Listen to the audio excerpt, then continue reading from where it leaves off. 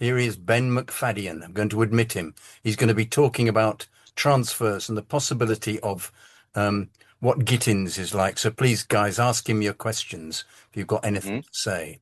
Is he Okay. there? Is that Ben? Ben, hello. Hey, how are you doing? How are you doing, guys? Very well, Hi, very Ben. well. Hello, Ben.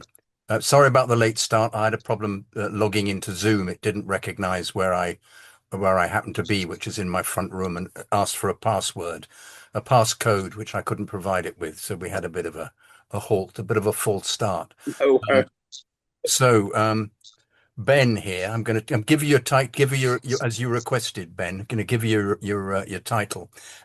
German football writer, founder of the Borussia Dortmund fan club London, host of the podcast of the same name, and you said, and the podcast can be found at, and then you had three dots. Tell us where it can be found. okay. So the easiest is just to look at mcfadyean.podbean.com, and the spelling of my surname is MC F for Freddy ADYEAN.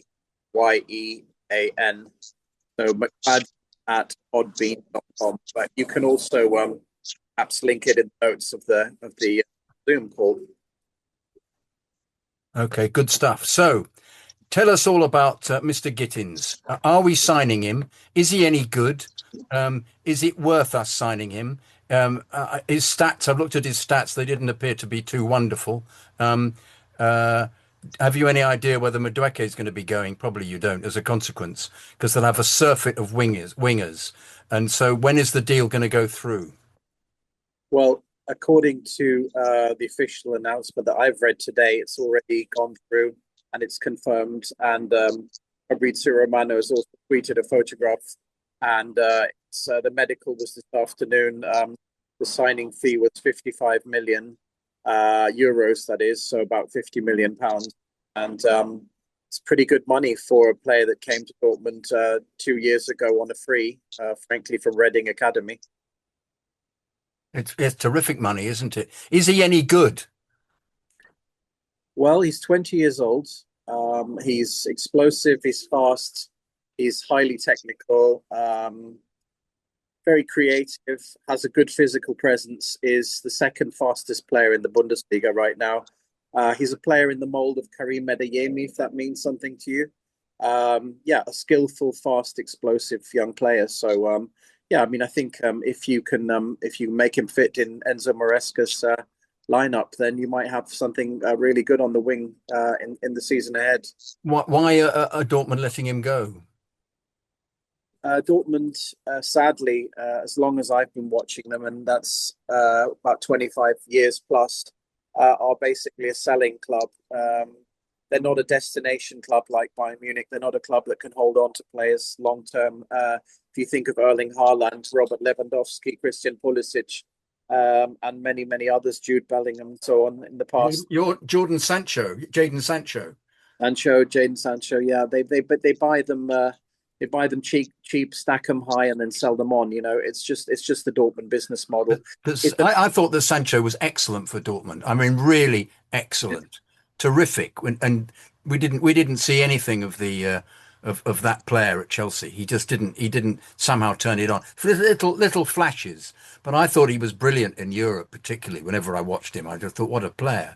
And how did Man United get rid of him? Do you think it's something that there was there a mental attitude towards it in him? Do you think, or was it the fact the style that was being played at the time? I really liked the way Dortmund were playing when they got to the final of the Champions League. I thought it was a really he seemed to excel at just beating players and laying the ball off, and there was always somebody with him. It seemed a very athletic side.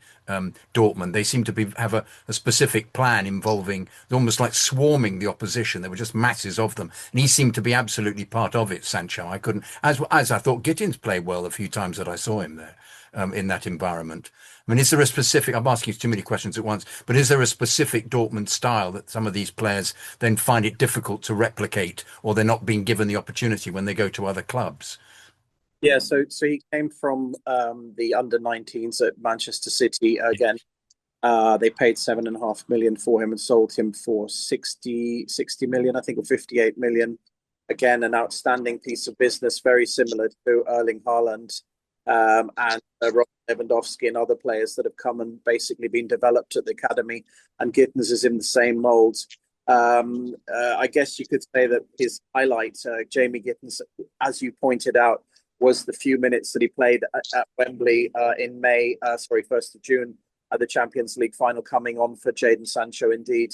In respect of Jadon Sancho, I mean, basically the two periods that he's had with BBB, he's been outstanding. And I think that he's a player that essentially came in very young and developed really well in the Bundesliga, similar to Jamie Gittens. If I have any reservations, I think that maybe what this has shown is that players like Jadon Sancho basically are more suited to the Bundesliga game, where they're more unpredictable. Jamal Musiala at Bayern Munich is another player that comes to mind. They're basically English-raised kids who just seem to excel because they've got that certain unpredictability, which I think makes them, a big asset for a club in the Bundesliga, where it's perhaps a more physical game. So the dribbling ability, that technical nous, and this is exactly what you're getting with Jamie Gittens. He's very technical. He's very good on the ball, real dribbling. He's got real vision and so on. And he's definitely a player that can increase his ability. And I could see him playing in the England squad sometime in the future. If you consider that, of course, Thomas Tuchel's got a very keen eye for anyone in the German league coming from Germany himself. Yes. He's going to be looking for players like that. And my ultimate, I think, feeling about Jamie Gittens is, this is another player that's completely gone under the radar here in England. I mean, he's actually been capped at every level from under 15s to under 21s, and yet he was barely noticed in England. And I think that's the thing that Dortmund is famous for, is basically that ability to spot talents, often cast off players or players who are not doing that well in Premier League academies, and then basically build them up, development at the academy at the Borussia in Dortmund. And, that's their thing. That's what they do. But we can't hang on to them. And I guess that's really why we're second best to Bayern Munich in most seasons. Right, good stuff. Now tell us about the boy wonder that you mentioned. I guess let me ask a question. Gary, have you got anything you'd like to ask Ben? Yeah, Ben, hi. I was just wondering how Gittens gets on passing sideways. I'm not sure what to make of that question, but you've got a good left winger who can shoot with both right and left. So does that answer your question? I'm just wondering how he's going to adapt to Maresca's tactics of run to a player, stop, turn, pass backwards or sideways. I'm just wondering if he's going to be able to excel at that. I think that's a very, very technical question, which I wouldn't be comfortable to answer. But as I said, play on left and right, and I think he's basically a player that Enzo Maresca, who I've managed to meet last year at Leicester City, was. He's a player that he's identified as being right for his system. So I think that's what a lot of analysts are saying. So in that respect, yeah, I'm just being facetious, but it just does make me wonder when I see these wingers that Chelsea are looking to sign that are dynamic and they like to get at players, they like to expose their opposite number, get round them, use their pace. And from what I've seen of Gittens, he's someone that thrives on those, natural assets that you expect a winger to have. But then where I think Sancho, to use Jonathan's example, I think where he struggled at Chelsea is that a lot of the time when Chelsea get the ball and they look to expose players, they look around and they realise there's only two or three of them attacking and the manager wants them to be stepping up in unison, so they have to stop.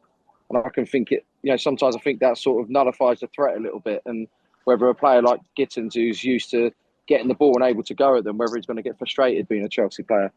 Yeah, I do see your point. I mean, I think what you've got, what is very positive is, I mean, he's what I would call a real handful. He's fast, he's energetic, he's very strong on dribbling. He's got good vision. He can shoot with both feet. He's highly unpredictable. But at the same time, I think, he lacks judgment at times. But maybe you can forgive him for the fact that he is a 20-year-old. And, it's going to be really interesting to see how well he adapts to the English game, which, is a very physical game, basically, and how well he's protected in the Chelsea side. As JK said, I mean, at the end of the day, Dortmund is a high-pressing game, very, very fast. And a lot of English teams have suffered at the hands of Borussia Dortmund, even though it's they'd probably be in the middle somewhere in the Premier League. I mean, in terms of spending and the sheer, how impressive their squad is. It's it's just really the way that Dortmund play. And I think what we've seen over the years is that English players like Jude Bellingham, who, I mean, let's face it, is pound for pound one of the best England players right now. And Jadon Sancho, indeed, in Dortmund, I would say, not so much perhaps in England, at Manchester United and at Chelsea. And Jamie Gittens, they've shown that basically they can adapt really well to the German system, and they can learn from the highly skillful and talent development model and discipline that there is in the German system. So I think it really, really suits some of these young players, and we'll just have to see basically how well he fits in with, your multi-billion-pound star-studded lineup of players. But you've got a good young player. They put him on a 7-year contract, so I mean, you're on a win-win situation basically, because should he not fit in with you, you've got him on a long contract. You can sell him on and probably make good money. So Ben, tell us about the young Koulibaly that you said was Chelsea were interested in. Yeah, I have to say, there was a player called Abdoulaye Kamara last year that went to Portsmouth, and that's my local team. I guess Fratton Park fairly well. Indeed. One of the great old grounds of England. And I have to say, I went on Express Radio to talk about Kamara, and I was slightly amazed, really, frankly, that they were going to take a player on that hadn't survived in the French league, that hadn't been doing that well in the under-19s at Dortmund.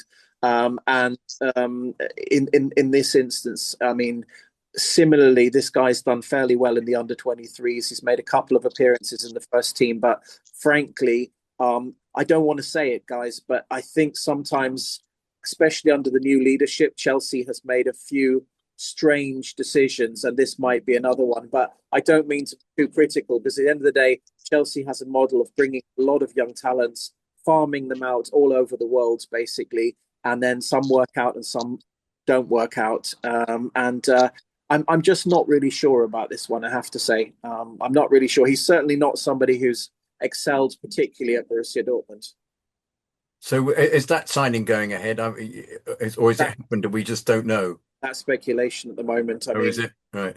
Yeah, that's speculation at the moment. I mean, what I know is as much as basically I hear from, from people within the club, and I hear from the German media, and I think that's kind of my USP, if you like, being a German speaker and having grown up in Dortmund. So, but I don't have anything more to add apart from that on that signing. But I mean, again, if they've identified it, he's got potential. I suppose it depends on what kind of money.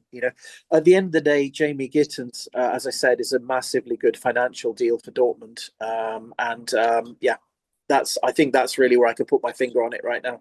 But as Gary says, beautifully observed, he may fail miserably in the structure that Maresca tries to put him into.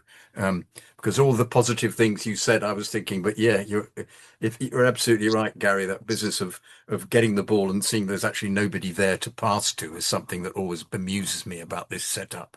Or as poor old Madueke frequently did, when he'd get the ball and run and beat a player and discover that he didn't really know what to do with it and just go back and play it backwards. Get fear of giving the ball away that they've all been had pumped into them.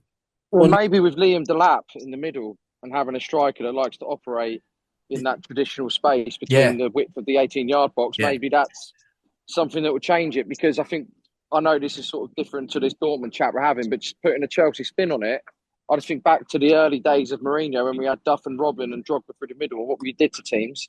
And look, these guys have got a lot to do if they're ever going to be compared, comparatively to the likes of Duff, Robin and Drogba. But they've certainly got the ability within their wheelhouse to say we can try to play that way. But they relied heavily on a big boot, Gary, on those occasions. They weren't averse. Czech wasn't averse to pinging a 50-yard ball or right down the middle and having Drogba flick it on. That was almost, we were back to the era of Dixon and Speedy there, where somebody would flick it onto somebody beating the offside trap, running into the penalty area. And I mean, I felt slightly what's the word? Pleased with the situation to see the ball being played long to Delap the other day, more than I can remember being done since the beginning of last season. when they seem Yeah, to have a residue of Pochettino to them, So because Yeah, that's what really bemuses me with some of the signings is that you've got sporting directors to give you sporting structure so that there's a style that's being implemented through the transfer system that filters down to the coach, right? So I don't feel like they're aligned, or maybe that they've been aligned, but he had to play a certain way because he didn't trust Jackson. I don't know. I'm speculating, right? But you look at it and you just think, okay, let's just look at what we've got. You've got Gittens on one side, you've got Neto or Madueke on the other side, you've got Delap through the middle, you've got Palmer.